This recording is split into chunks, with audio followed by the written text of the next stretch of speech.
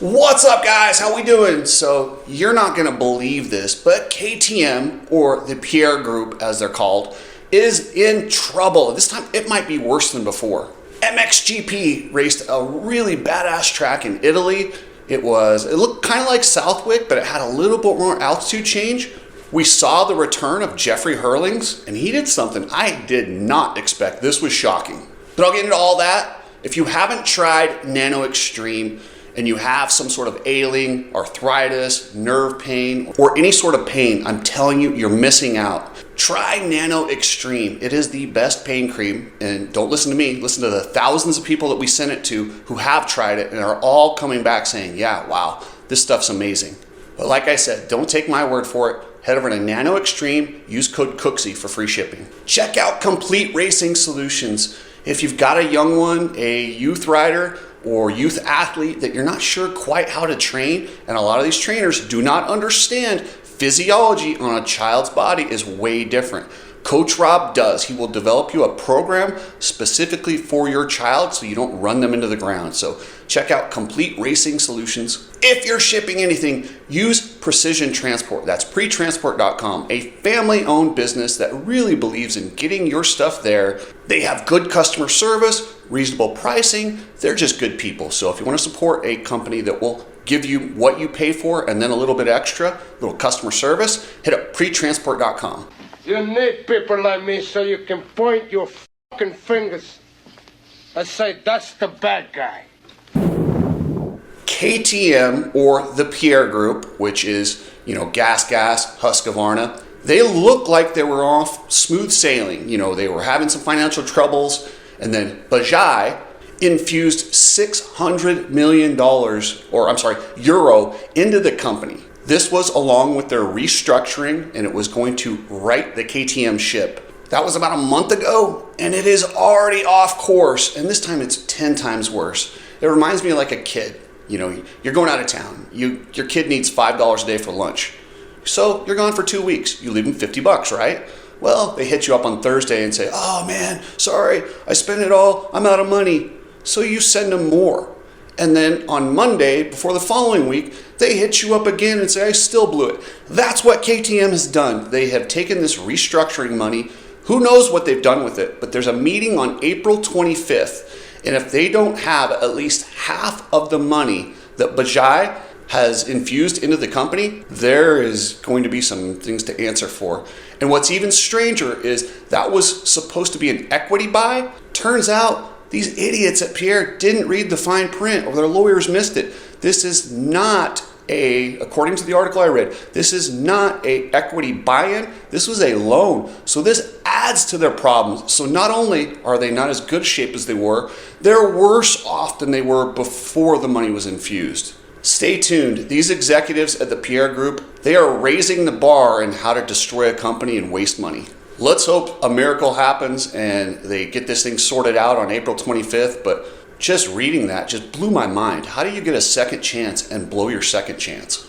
And I don't know what this means for all the racing teams, and I know Husqvarna is out there offering contracts and they're planning on being around in the future. I haven't heard much from Gas, and I know KTM is also all as well. They're offering contracts. They were trying to re-sign Chase Sexton. I believe they re-signed Aaron Plessinger to an extension. Yeah, those extensions might be about as good as the paperwork they're written on. You can sign guys to whatever contract you want. If the company doesn't have money and they're out, they're out. I don't know what else to say. So if I was a team or a rider and I get an opportunity with a different manufacturer, I would probably leave. Now to MXGP in Sardinia, I think that's how you say it, Italy.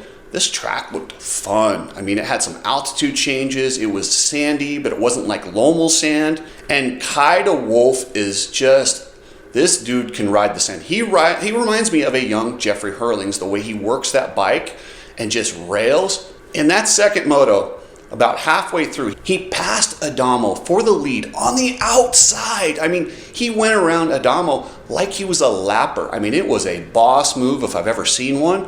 Pulls out a gap and then crashes. And then he's behind Adamo. Adamo had a pretty decent lead. And in the last lap, Kai de Wolf reeled him in and kept his perfect day alive. 1-1 for Kai de Wolf. Liam Everts looked like he was going to be the top guy on that Husqvarna team. He's teammates with Kai de Wolf. Coming into this round, he had the point lead. He looked pretty good in the qualifier.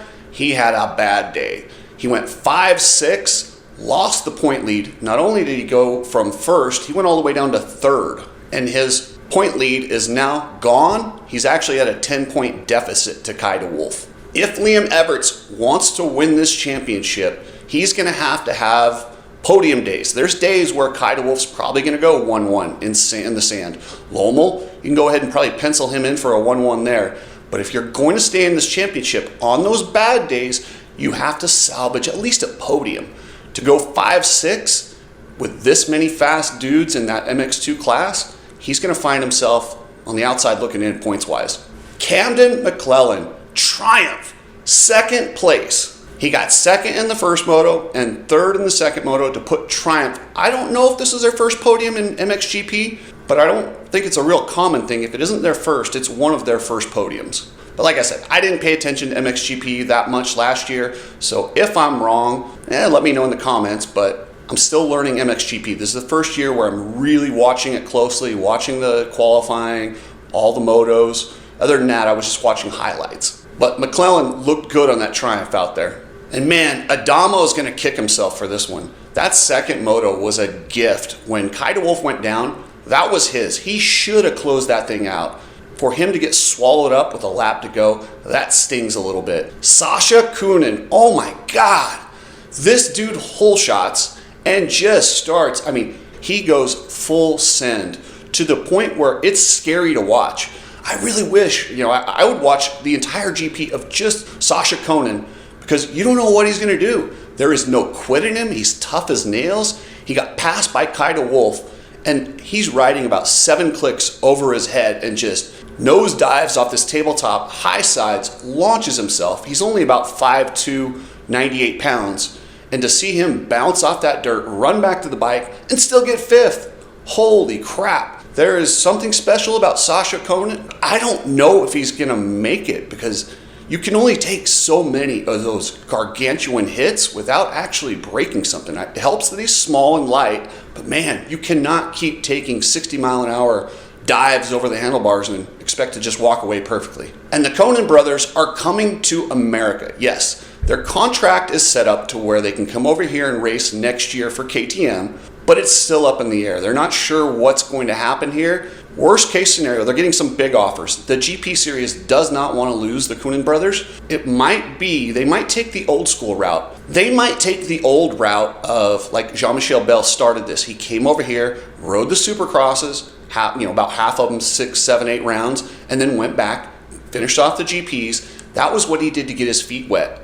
Ken Roczen did that exact same thing. I'm not sure why more of these European riders that want to come over here. Prado did it, but it still didn't help him that much. But I think it's a great idea to come over here, dip your toe in before you just dive in. Lucas Coenen, I think he'll be fine. Sasha on a Supercross track, I'll tell you what, I would not sit in the first 10 rows because nobody is safe with that maniac out there. This dude literally rides like the cops are after him every single time. It's something to watch. But there's about 5 guys in that 250 class that could win on any given day.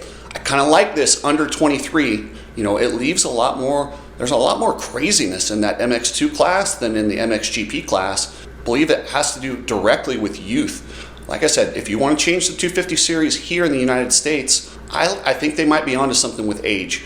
Make the Supercross series here one series, but then you take guys that are 25. Anything over than 25, you got to go 450. I'm all for that. Because this East-West thing, it sucks. It really does. I don't like it. It's outdated, and it's time to make 250 Supercross one series. Check out Ride Strapped, one of the best companies that I've ever dealt with. Chris is such a cool dude. Head over to Ride Strapped, get your goggles, glasses, get a Red Pill shirt, and support a company that's just badass. Ridestrap.com. Alias MX has dropped their ombre gear. This is the pink stuff that Justin Starling was wearing in the mud. Not that you could tell, it turned out being brown. But if you want to get this stuff, there's a limited amount available, so you're going to want to order early. That's Alias MX and the ombre gear. In the big class, Romain Fevre. Anyway, the likable Frenchman got his first overall victory in a long time by winning that second moto. And you could see when he came across the line, it meant something. And he knows it's been a little while. He's had some injuries. Tim Geiser's been absolutely on fire and he's been wanting to win. He's a very competitive guy. He's a past champion that doesn't think he should be getting second or third all the time. And to see him get that off his back, maybe that's what he needed to get there and fight with Geiser. Because up until this round, Tim Geiser was a buzzsaw. He looked almost unbeatable. And how about the ageless Dutchman, Glenn Koldenhoff, on a Fantic? I know it's a Yamaha, but still, a Fantic. He had the overall win. Had Tim Geiser gotten past Romain Febvre in that last moto, Glenn Koldenhoff would have been the GP winner on a Fantic. That's pretty cool. I mean, Glenn Koldenhoff, I don't think he's that old, but man, it feels like he's been around the GPs forever. If somebody told me he was 45, I'd be like, yeah, sounds about right. I know he's not that, but he's just, man, the ageless Glenn Koldenhoff still getting it done, and he was under the weather. So the dude's out there getting these results in sand. I know he's a Dutchman, and the Dutch riders are typically really good in the sand, but it wasn't Lommel type sand. This was like a Southwick type track. Lucas Coenen. This kid is something special. Seeing him ride, I mean, he has this like technique, this drive, and he's got a little bit of that fire that his brother Sasha has. Not as much. He tends to kind of keep it a little bit more under control, but he still makes these young guy mistakes. He's only 18 years old, riding in the MXGP class. I mean, that's like, what, 5 years he would have had left in the 250 class? To win the qualifier, and the qualifier matters, it's worth 10 points. That was a pretty big deal. Then to back it up by winning the first moto, damn, this kid is for real. I was thinking like, maybe they do have to worry about him in the championship. And then he went out in the second moto. That's why you're not having to worry about him about the championship. He is going to win some races. He won't do it week in and week out because he has a tendency to make mistakes like he did. He came into that first turn and just bombed it and went down and then compounded that with a couple more crashes. And he had a big one. Him and Jeremy Seewer crossed off a jump, and it was 100% Jeremy Seewer. I mean, he went full left to right and cleaned out Coenen, and it was a bad crash. But he got up. These Coenen brothers, you can say a lot about them, but don't ever say they're not tough. And Jeffrey Herlings came out there, and I was like, oh, Jeffrey Herlings, podium. And it's weird because, you know, in America, if you race your way into shape, it's almost frowned upon. Like if you're ready to go out there, you're ready to battle pretty far up there. You don't ever use racing as a practice. That's what he did. He went out there in the qualifier. I didn't even see him. And then the first moto, he's just riding around out back. He's literally just training. But he did let everyone know that second moto, he led a couple laps. It was like, hey, I'm out here training, but just so you know, this is what you're going to have to deal with in a few weeks when I get into shape. The amount of confidence it takes to be able to go out there and just say, yeah, I'm going to go out here and just practice, get laps in, and build my cardio, and not even worry that it's going to hurt your confidence or any of the things that all of us racers think about. A lot of times if you come back too early from an injury, you don't get the results you want, and you find yourself slotting in near the back. It's crazy how Jeffrey Herlings is like, nah, he just acts like a guy who's gonna get it together and win races. He just knows that. And he's like, yeah, this race doesn't matter. It's just practice for me. It's something that I haven't really seen a lot of top level riders do. I mean, guys have done it, you know, riding around and like outside the top 10, just getting laps in. Not a guy of his caliber. The ego typically doesn't let you do that. I mean, could you imagine Ricky Carmichael or James Stewart riding around outside the top 10 just to race themselves into shape? They would have never done it. They would have lost it, and they would have went over their head and got into an incident. I'm surprised he was able to put that ego away, and I'll tell you what, I'm just flat impressed. It takes so much self-control to be able to do that in a race situation and not push to a level where you could crash again or get injured again. So wow, my hat's off. The Bullet doing something I haven't seen done before. Tim Geiser, he has been a buzzsaw through this series and looked almost unbeatable. He had an off day. He ended up 5th in the first moto, and then in the second moto, he had that knockdown, drag-out battle with Romain Febvre. Came up a little bit short. Roman was just on point. He wanted to win, and he wanted to win bad. Tim Geiser still has the point lead, but he looked human out there. Crazy seeing a guy who used to ride like Sasha Coenen just wide open. They used to call him No Visor Geyser because he was always yard sailing it. And I couldn't believe that he didn't get hurt more often. He did have some pretty big injuries, but he got through it. And that's kind of what Sasha Coenen does now. But to see Tim Geyser being able to race with this maturity and not throw it away when he has a bad day, he's still on the podium. That's how you win championships. And I still think he's absolutely the favorite to win this championship, but it is such a long series in MXGP. Thank you, members. I appreciate everything. And don't forget, Coach Rob, I'll be giving away a 1-year membership to Complete Racing Solutions.